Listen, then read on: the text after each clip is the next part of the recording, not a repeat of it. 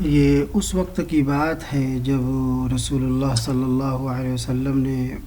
بیت اللہ شریف کے اندر رکھے ہوئے سارے بتوں کو توڑ دیا تھا۔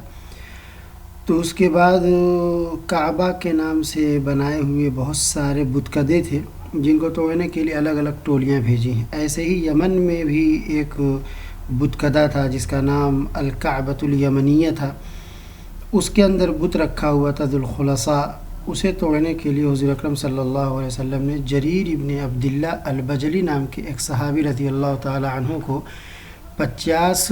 لوگوں کی جماعت کے ساتھ بھیجا تھا،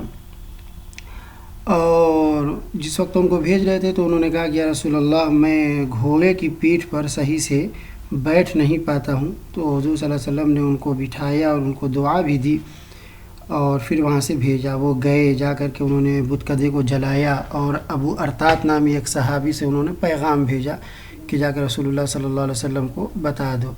حضرت عمر ابن خطاب رضی اللہ تعالیٰ عنہ کہتے ہیں کہ یہ یوسف ہذہ الامہ، اس امت کے یوسف ہیں، لیکن حضور اکرم صلی اللہ علیہ وسلم نے ان کے بارے میں کہا تھا خیر ہذہ الامۃ، من خیر ذی یمن، یمن کے سب سے بہترین آدمی حضور اکرم صلی اللہ علیہ وسلم نے ان کو کہا تھا۔ اور حضرت عمر رضی اللہ تعالیٰ عنہ نے فرمایا تھا کہ یہ اس امت کے یوسف ہیں، اور ایک روایت کے اندر آتا ہے کہ لوگ ان کو یوسف ہذہ الامہ